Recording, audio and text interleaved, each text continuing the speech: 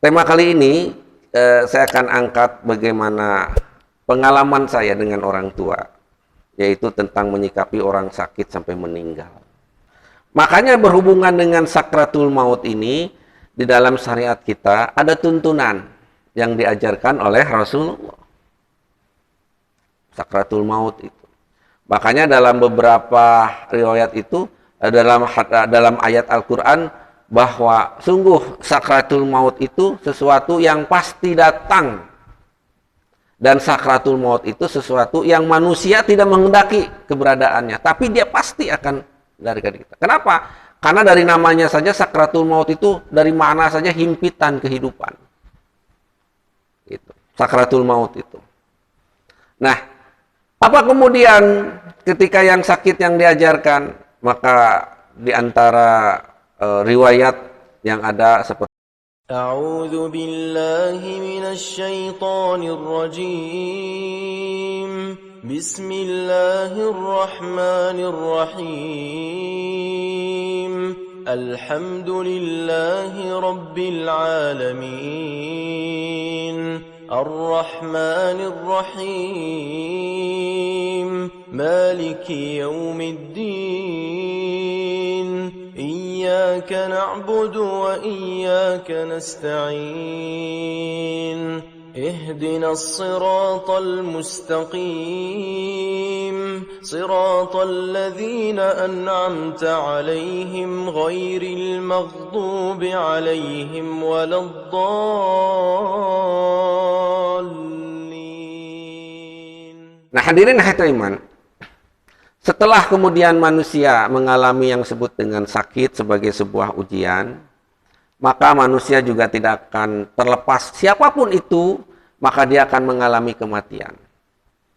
Makanya kematian mauta wal hayata liyabluwakum ayyukum ahsanu amala yang tadi itu adalah sebagai bentuk yang pasti akan dialami oleh manusia. Kullu nafsin dha'iqatul. Nah, sebelum manusia mengalami prosesi kematian, maka Allah sampaikan pasti manusia itu akan mengalami sakratul maut. Tidak ada satupun manusia yang dia mengalami kematian yang bentuk kematiannya bisa berbeda-beda. Bentuk kematiannya hari ini bisa dengan kecelakaan, bisa dengan sakit, bisa dengan kebakaran, bisa dengan longsor, atau apapun bentuk kematiannya, cara meninggalnya. Tetapi semuanya tidak akan terlepas dari sakratul maut. Makanya berhubungan dengan sakratul maut ini, di dalam syariat kita ada tuntunan yang diajarkan oleh Rasulullah. Sakratul maut itu. Makanya dalam beberapa riwayat itu, dalam ayat Al-Quran, bahwa sungguh sakratul maut itu sesuatu yang pasti datang. Dan sakratul maut itu sesuatu yang manusia tidak menghendaki keberadaannya. Tapi dia pasti akan dari kita. Kenapa? Karena dari namanya saja sakratul maut itu, dari mana saja himpitan kehidupan. Itu. Sakratul maut itu. Nah, apa kemudian ketika yang sakit yang diajarkan? Maka di antara riwayat yang ada seperti kata Nabi, lakinu mautakum la ilaha illallah. Talkinkan seorang yang akan meninggal dunia itu dengan ucapan, dengan kalimat la ilaha illallah. Nah, ini adalah kalimat yang pokok, yang memang tertuang secara teksnya khusus begitu. Tapi kemudian inti para ulama mengembangkan bahwa ketika kita menalkinkan yang meninggal, intinya adalah bahwa yang meninggal itu mampu mengikuti apa yang dimaksud oleh kalimat-kalimat yang dimaksud oleh kita. Hadirin hatu iman, di dalam beberapa riwayat sebagai motivasi bagaimana talqin ini harus kita amalkan. Mangkana akhir kalimat la ilaha illallah dzakhalal jannah. Barang siapa yang ucapan terakhirnya adalah la ilaha illallah, maka dia masuk surga. Jadi ini adalah satu kalimat yang kebenarannya tidak ada khilaf di kalangan para ulama. Ini adalah kedahsyatan kalimat la ilaha illallah, kalimat tauhid. Siapapun itu, kalau memang dia bisa mengikuti dan mengucapkan kalimat la ilaha illallah, tentu ini adalah harus ada bab khusus nanti untuk menjelaskan di akhir hayat la ilaha illallah dakhalal jannah begitu. Ini nanti ada kajian khusus, tapi secara umum bahwa bagaimana kemudian kalimat la ilaha illallah ini ditempatkan sebagai poin pokok bagaimana garansi dari Allah Subhanahu wa taala seseorang masuk surga. Nah, ini adalah tarbiyahnya apa? Tarbiyahnya tadi.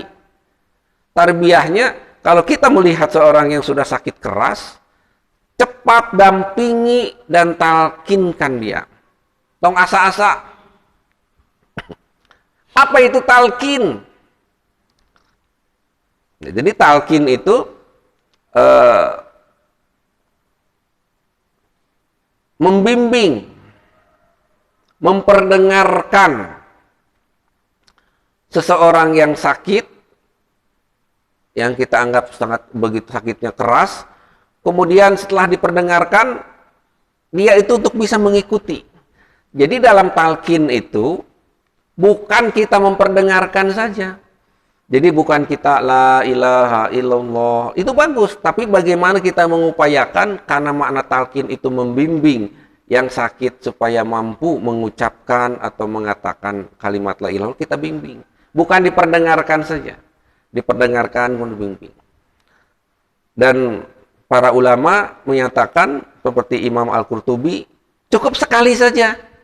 Jadi kalau lihat sakit keras, la ilaha illallah, la ilaha illallah, alhamdulillah, sudah cukup. Cukup. Jadi jangan terus diulang. Takut berat nanti bebannya bagi yang sakit. Cukup satu kali saja. Ini adalah cukup mengamankan seperti apa yang disampaikan oleh riwayah tadi. Posisinya sebagai dia seorang muslim. Nah, hadirin hati Imam Al-Qurtubi menyampaikan apabila seorang yang akan meninggal dunia telah membaca la ilaha illallah, ini tidak perlu Imam Al-Qurtubi, tidak perlu diulang, itu sudah mencukupi. Bahkan Ibnu Al-Mubarak berkata, talqinkan orang yang akan meninggal dunia dengan kalimat la ilaha illallah, dan apabila dia sudah mengatakan itu, baik dengan kalimat yang jelas, ataupun dengan isyarat-isyarat yang lainnya yang cukup meyakinkan kita yang mentalkinnya, maka itu cukup baginya satu kali, tidak usah diulang. Artinya kalimat tidak usah diulang bukan kalimat harus satu kali tentu, tetapi ini sebagai kecukupan. Tentu kalau kita mau diulang lagi bukan sesuatu yang terlarang, silahkan begitu. Nah, sehingga kalau kita melihat teks talqin bagi orang yang akan meninggal dunia, artinya sedang sakratul maut, maka setelah kemudian kita talqinkan, kemudian Allah menghendaki yang sakit itu untuk meninggal dunia, artinya sakratul maut sudah dihadapinya, kemudian kita pun sudah mentalqinkannya, maka ada dalam sebuah riwayat, ini dari Imam Muslim bersumber dari Ummu Salamah. Jadi radhiyallahu anha qalat, jadi Ummu Salamah bercerita bahwa dakhala Rasulullah sallallahu alaihi wasallam ala Abi Salamah. Rasulullah sallallahu alaihi wasallam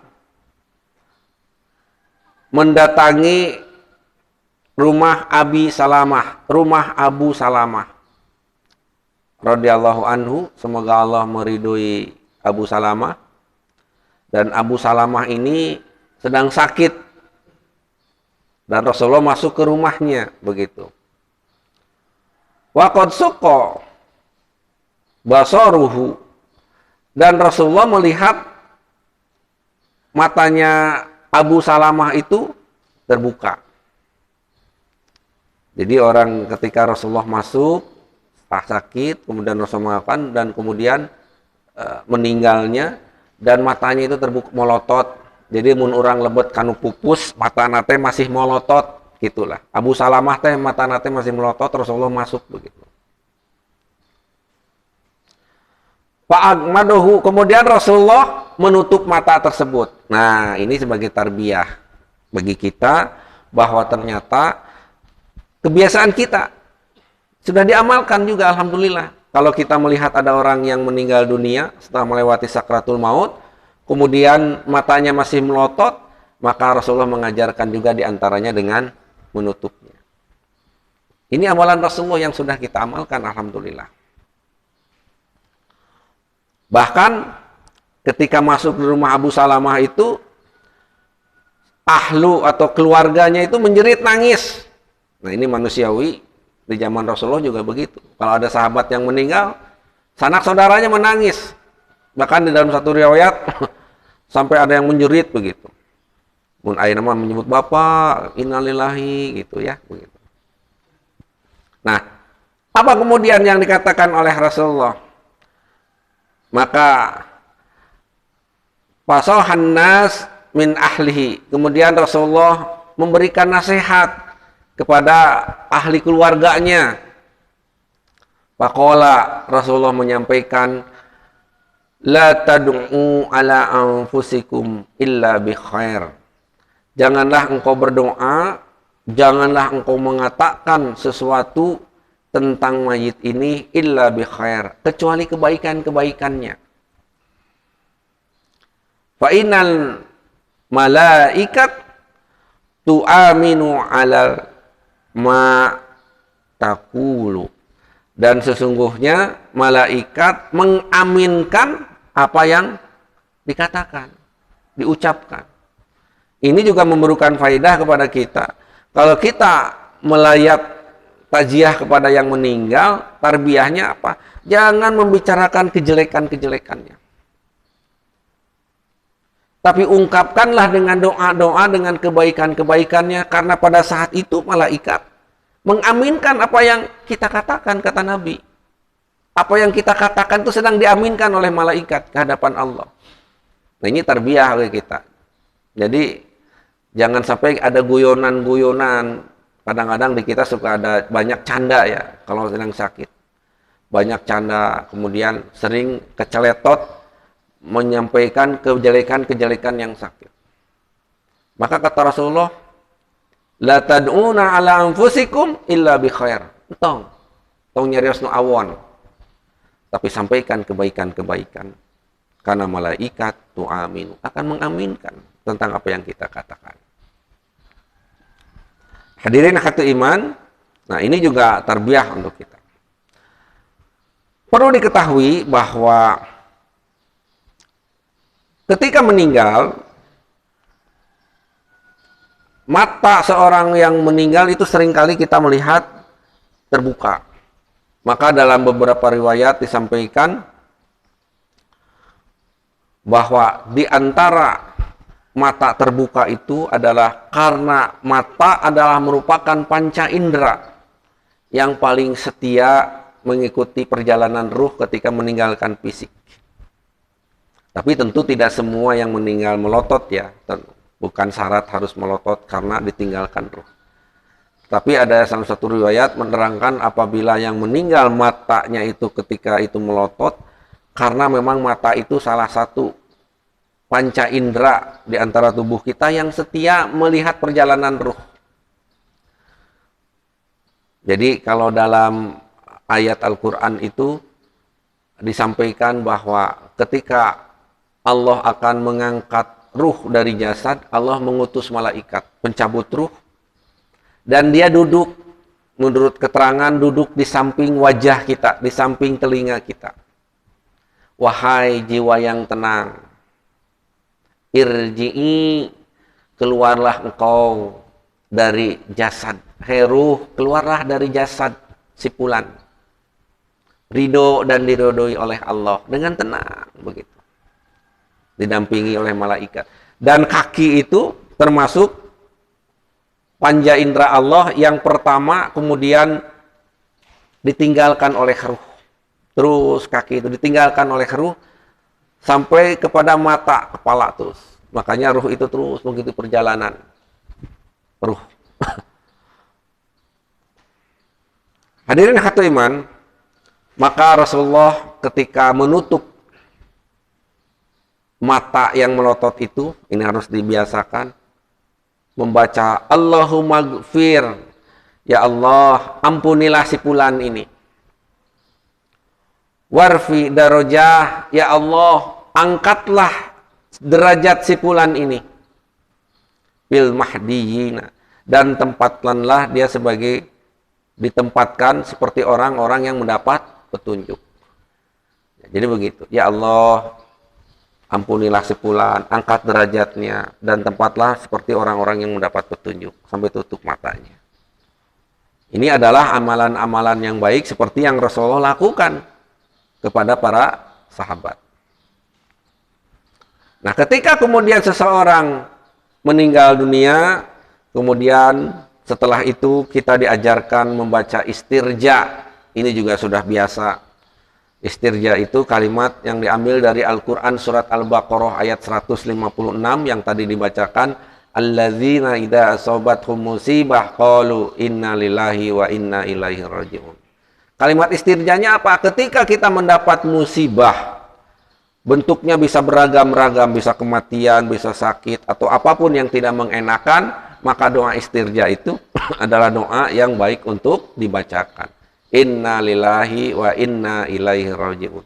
Makanya di masjid atau di mana suka diumumkan. Inna lillahi wa inna ilaihi raji'un. Telah berpulang ke rahmatullah Bapak Fulan, begitu. Itu kan istirja.